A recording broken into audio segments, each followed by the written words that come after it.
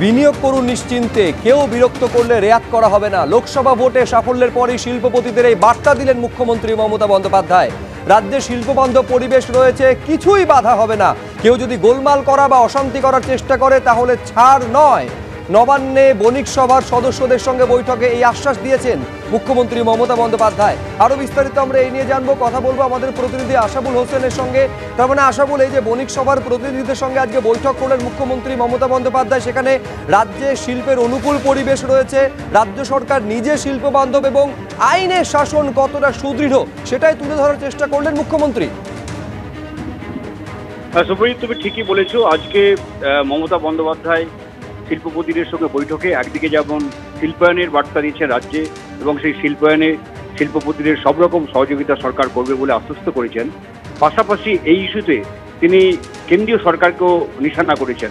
তো আজকে মমতা বন্দ্যোপাধ্যায় বৈঠকে শিল্পপতিদের উদ্দেশ্যে বলেন যে রাজ্যে শিল্পবান্ধব পরিবেশ পুরোদস্তুর বজায় আছে, আপনারা নিশ্চিন্তে বিনিয়োগ করুন এবং রাজ্য সরকার হচ্ছে শিল্পপতিদের বন্ধু।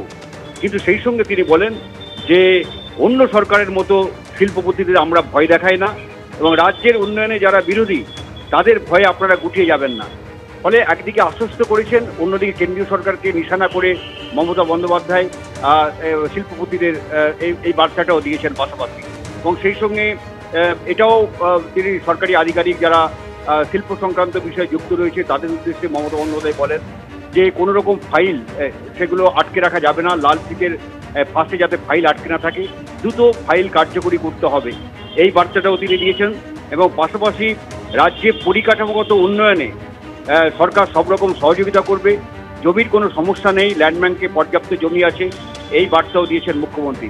এবং সেই সঙ্গে মুখ্যমন্ত্রী এটাও বলেছেন যে খুব তাড়াতাড়ি রাজ্যের 5টি অর্থনৈতিক করিডর সেটাকে শেষ করা হবে যাতে পরিকাঠামোগত উন্নয়নকে আরও সহজতর করে তোলা যায়। এবং যেটা জানা যাচ্ছে যে এবছর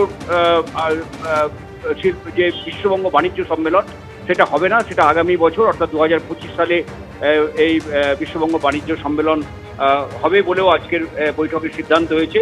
এবং আগামী 20 সেপ্টেম্বর থেকে 6 অক্টোবর পর্যন্ত বিশ্ব বাংলা কনভেনশন সেন্টারে একটা শোকেস ওয়েস্ট বেঙ্গল নামে একটি বিশেষ প্রদর্শনী হবে এবং তাতে রাজ্যের হস্তশিল্প, টেক্সটাইল সহ রাজ্যের বিভিন্ন বিষয়কে আকর্ষণীয় করে মানুষের সামনে তুলে ধরার ব্যবস্থা করা হবে। এবং যেটা বললাম যে 4 থেকে 5টি অর্থনৈতিক করিডর দ্রুত তৈরি করা হবে শিল্পের পরিকাঠামো বাড়ানোর জন্য। ফলে এবং রাজ্য থেকে রপ্তানির জন্য সমস্ত রকমের পরিকাঠামোগত এবং পারিপার্শ্বিক সাহায্য করা হবে বলে শিল্পপতিদের উদ্দেশ্যে বার্তা দিয়েছেন মমতা বন্দ্যোপাধ্যায়। ফলে জমি, পরিকাঠামোগত উন্নয়ন এবং সেই সঙ্গে গুরুত্বপূর্ণ বলেছেন যে রাজ্যের শিল্পায়নের ক্ষেত্রে যদি কেউ বাধা সৃষ্টি করে, গোলমালের পরিস্থিতি তৈরি করে, তাকে রেয়াত করা হবে না। অর্থাৎ অনেক সময় দেখা যায় যে বিভিন্ন শিল্প কলকারখানায় কেউ কেউ অশান্তি পাকানোর চেষ্টা করে, জোর জবরদস্তি করার চেষ্টা করে, সেগুলোকে যে সরকার কঠোর হাতে দমন করবে সেই বার্তাটাও আজকে শিল্পপতিদের দিয়েছেন মমতা বন্দ্যোপাধ্যায়। বেশ আশাবুল, তোমায় ধন্যবাদ। আমি দর্শকদের আরেকবার বলবো, নিশ্চিন্তে বিনিয়োগ করুন, একেবারে এই বার্তা মমতা বন্দ্যোপাধ্যায় দিয়েছেন শিল্পপতিদের। তিনি বলছেন কেউ যদি বিরক্ত করে তাহলে তাকে রেয়াত করা হবে না। লোকসভা ভোটে সাফল্যের পরই আজকে নবান্নে শিল্পপতিদের সঙ্গে বৈঠকে এই বার্তায় দিয়েছেন মুখ্যমন্ত্রী মমতা বন্দ্যোপাধ্যায়। তিনি আরও বলেছেন রাজ্যে শিল্পবান্ধব পরিবেশ রয়েছে, কিছুই বাধা হবে না। কেউ গোলমাল করে অশান্তি করার চেষ্টা করলে তাকে ছাড় নয়। নবান্নে বণিক সভার সদস্যদের সঙ্গে বৈঠকে এই আশ্বাসই দিয়েছেন মুখ্যমন্ত্রী মমতা বন্দ্যোপাধ্যায়। আমরা অন্য রাজ্যের মতো ভয় দেখাই না, রাজ্যের উন্নয়ন বিরোধীদের ভয়ে গুটিয়ে যাবেন না। নাম না করে কেন্দ্রকে আক্রমণ করেছে মমতা বন্দ্যোপাধ্যায়, সূত্র মারফতে খবর পাওয়া যাচ্ছে।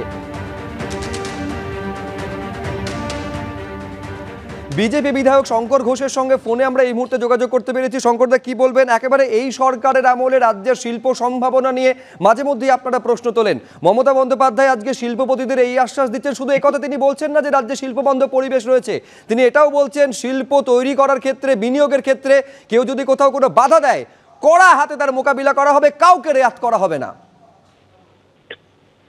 প্রথমত লোকসভা নির্বাচনের পরে তিনি হয়তো কিছু কাজ করছেন নির্বাচনী ফলাফল দেখে। সিঙ্গুরে যেদিন সর্ষে বীজ ছড়িয়ে এসেছিলেন এবং তার পরবর্তীতে পশ্চিমবঙ্গের মানুষ শিল্পে শুধু সর্ষে ফুল দেখেছে। আজকে লোকসভা নির্বাচনের পরবর্তী সময়ে যখন মাননীয় মুখ্যমন্ত্রী এই কথা বলছেন, তাকে স্মরণ করিয়ে দিতে চাই 60-এর দশক এবং 70-এর দশকে এই পশ্চিমবঙ্গ ভারতবর্ষের মোট জিডিপি প্রায় 30% কন্ট্রিবিউট করতো। সেই কন্ট্রিবিউশন আজকে 6%-এর নিচে নেমে এসছে। ফলে এই ধরনের বক্তব্য শুধুমাত্র কিছু বাজার গরম করা, কিছুক্ষণের জন্য ভেসে থাকা। কারণ রাজ্যের তৃণমূল কংগ্রেস এটা কোনো রাজনৈতিক দল নয়, এটা একটা ব্যবসা কেন্দ্র। শিল্পপতিদের ভয় না দেখালে এই যে তৃণমূল কংগ্রেসের কর্তা ব্যক্তিদের সংসার চলবে কি করে? ফলে সেই প্রশ্নের সমস্যার, সেই প্রশ্নে উত্তর যতক্ষণ না অগ্রসর হচ্ছে ততক্ষণ পর্যন্ত এই রাজ্যের শিল্পের ভবিষ্যৎ অন্ধকার ছিল এবং অন্ধকারই থাকবে।